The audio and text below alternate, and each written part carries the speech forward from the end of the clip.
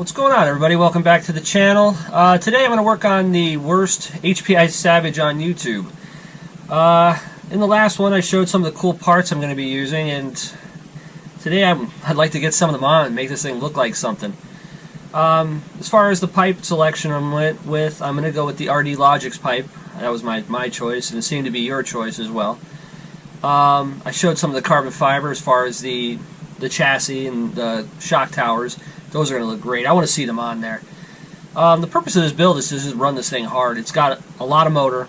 I want to take some weight off it, just make it as strong as I can while using as much of the stock parts as I can. I still want it to look like a Savage.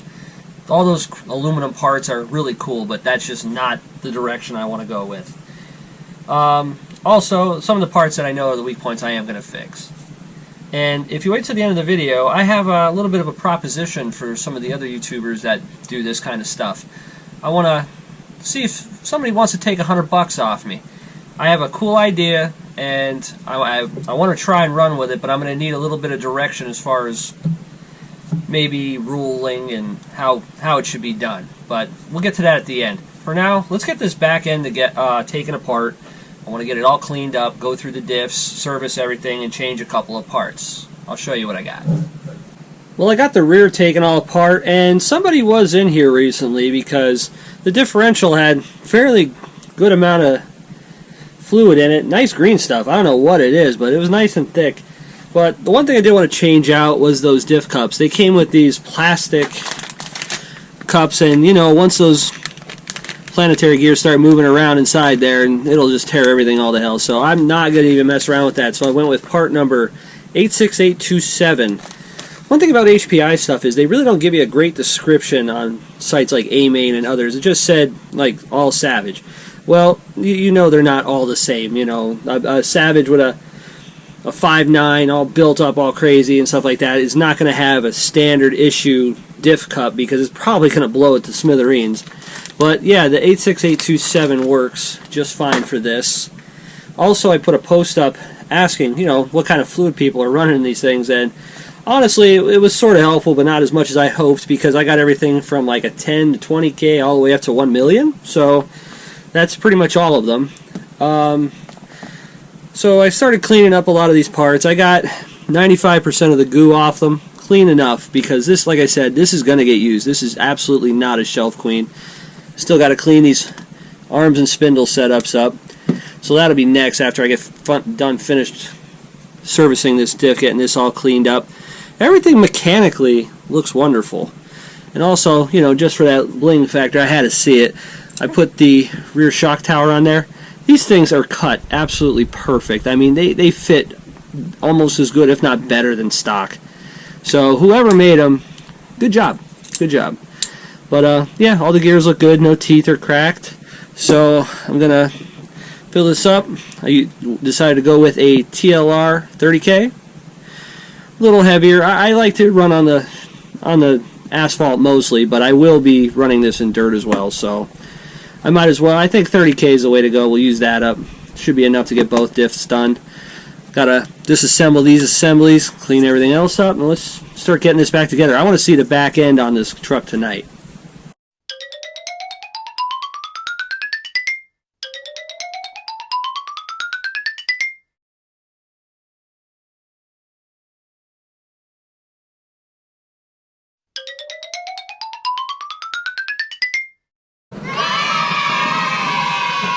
That feels pretty good. I don't think that's going to be too much for on the street. So at least should have some on throttle steering. And the dirt should hold pretty well. I think the 30K will be a good shot. It's a little bit thicker than what was in it for sure, but let's get some grease on that gear. Let's get that in the housing. Well, there's the back set. That went together pretty well. That carbon fiber on here looks pretty cool, I must admit. And everything went together just as it should. A little bit of damage here on this upper section, but I mean, nothing I can do about that. I'm not going to replace it and hunt down a part for no reason. All the pins, surprisingly, not bent. Drive shafts, also not bent. This thing was just filthy. I'm going to get the arms apart, Let's get that on. I really got to see what this looks like, that carbon fiber on the back. Well, got it all cleaned up. Got pretty much everything reassembled back together. The bearings were real nice. Yeah, like I said, this thing was really just ran hard, put away filthy, and just neglected. As you can see, I've also been replacing as many of the screws as I can that are really not like proprietary, like these top ones, with the stainless. I buy these stainless kits from RC Screws. These things are fantastic, man. They got everything in there that you could possibly need. Get rid of all those Phillips heads. Like I said, all the pins weren't bent. Everything's ready to go. I think it's time to get it onto this bottom plate, and I'm going to bolt this up to that new chassis and finally get a look at what the whole thing is going to look like together. This thing's coming out really nice. And there you have it, starting to look like a truck finally. Rear suspension completely installed. Went with the RD Logix pipe. Don't care about the dent. Used a factory style hanger. Had to modify it so that way it would fit. The only thing I don't like about this pipe is this is a really tight angle, which you can see why. There's not a lot of real estate here. But it puts that pipe awful close to the chassis. I hope it doesn't get too hot. And I don't know how I'm going to fit that cage in between it without it rubbing. I don't think there's any way of doing it. Leave me a comment below if you think that's going to melt that upper cage, or if that pipe's not going to get hot enough to damage anything. As far as this cage goes, this thing looks, not the cage, the frame here, all the chassis, that carbon fiber looks awesome. Looks really good with a nice shock tower to match it. Everything cleaned up pretty good. Mechanically everything's fine. The bearings were in real nice shape. I think with that Axial 32, this thing's going to rip pretty good. Let me know what you think down below. I think this project's coming out pretty good. I can't wait. Next step is to get the electronics box in there, get some servos in there, get that squared away. Then I'm going to tear the front end apart and try to get that thing as clean as the rear, all together on all fours. Alright, now back to the subject of what I was thinking about doing. A while back, Poor Boys Racing did a really cool Tamiya TT02 Top Speed Challenge, and he included other YouTubers out there and tried to get to see who can just go the wildest with these TT02s. Now, I want to do that, but I don't want to do electric. So I was thinking about this. What would be really, really cool? Now, doing 10 scale on-road, obviously, those things all rip already. And honestly, I don't know. I don't know if I want to watch that. So I was thinking about it. 8 scale monster truck. How cool is it? Even if you're not into this, to watch an 8 scale, 10 plus pound, 15 pound sized monster truck ripping 50 miles an hour. Even if you're not into this, you're going to think, that's cool. So I think what I want to try to do is figure out a way to make it fair. So that way, a certain truck, like if you just own a specific truck, it's going to go faster than all the rest. I don't want to do anything crazy. No dual engine trucks.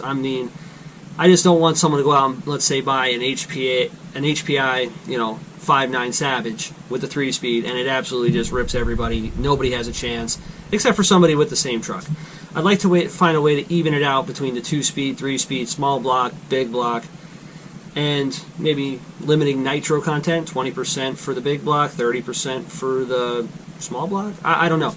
Down below, I want to leave some comments. One, if you're interested, if I can get at least, let's say 10 people. If I can get 10 people that are guaranteed that want to do it, that will, I'm sure, do it properly, and I'll throw $100 up. We'll throw $100 in. If anybody else wants to throw anything in on top of it, you think you're the fastest, you think you can tune the best, let's put some money in on this. A little skin in the game for everybody would be great. So down below, like I said, leave me a comment if you're interested, and you will go through with it. I don't want 10 to 15 people signing up and I get 3 videos. So the way it's going to work is you're going to show the truck that you're going to use. You can use multiple trucks. You can do whatever you want to do. Only enter once. So whatever you think is your fastest truck, or the truck that you can make go the fastest, that's the one you're going to go with.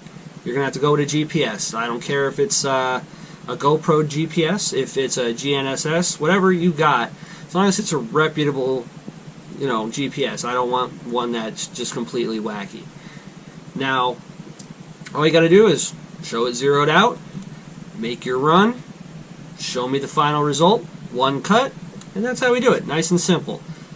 So down below, let's see who wants to do it. Give me some ideas. How can we make this fair?